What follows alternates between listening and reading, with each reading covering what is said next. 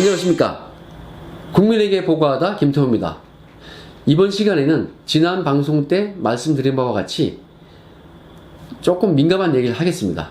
오늘 나눌 주 소재는 제2의 드루킹이 있는가? 라는 내용입니다. 저의 경험에 비추어서 말씀을 드리겠습니다.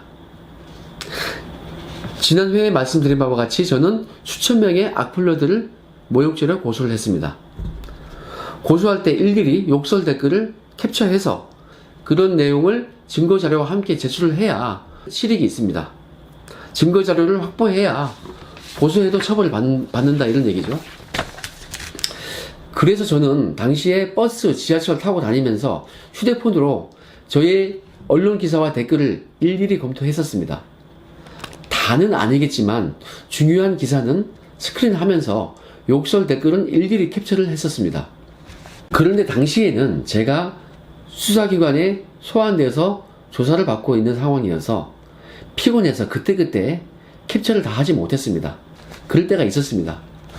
이거 너무 피곤하다. 이거 내일 캡처해야지 하고 그 다음날에 그 기사와 댓글을 보기 위해서 들어가 보니까 댓글이 싹 삭제되어 있었습니다.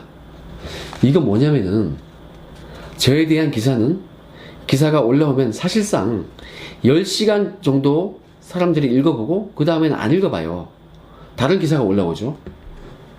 그 기사는 지나간 기사가 됩니다. 만 하루 이상 그 기사를 보지 않죠. 그러면은 그런 기사에 저에 대한 응원도 있고 위로의 글도 있었습니다. 그런 댓글이 쭉 달리고 있으면은 갑작스럽게 수백 건의 악플이 일제히 쑥 들어옵니다. 막 쌍욕이 달립니다. 부모욕도 있습니다. 그런데 10시간 정도 지나면은 사람들이 그 기사를 안 볼 시기가 되면은 그 댓글들이 일제히 삭제되어 있습니다. 그럼 그 기사를 한참 볼 동안은 사람들이 그 댓글을 보고서 뭐라고 생각하겠습니까? 안 좋은 인식을 갖겠죠.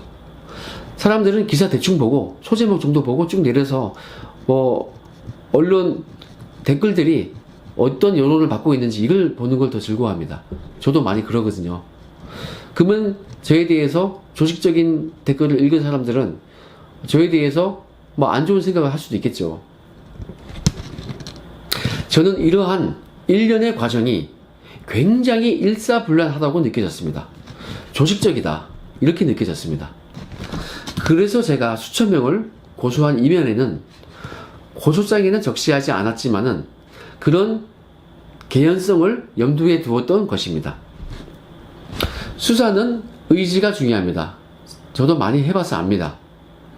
수사관들이 악플러들의 인적사항과 직업, IP 주소를 파악하면 그런 전모를 확인할 수 있습니다. 그런데 어떻게 했습니까? 모조리 각하 처분했습니다. 그 5천여 개 가까운 욕설 중에 부모욕과 자신욕도 있습니다. 그런데 전부 다 각하한다? 이거는 말도 되지 않습니다. 너무너무 심한 100건이라도 골라서 기소를 했어야죠. 기소 의견으로 송치를 했어야죠. 아예 일을 안 했습니다. 저는 분명 제2의 드루킹 조직이 있다고 생각합니다. 드루킹만큼 기계로 조작하는 건 아닐지라도 수기로 조작하는 그런 댓글 부대는 있다고 생각합니다.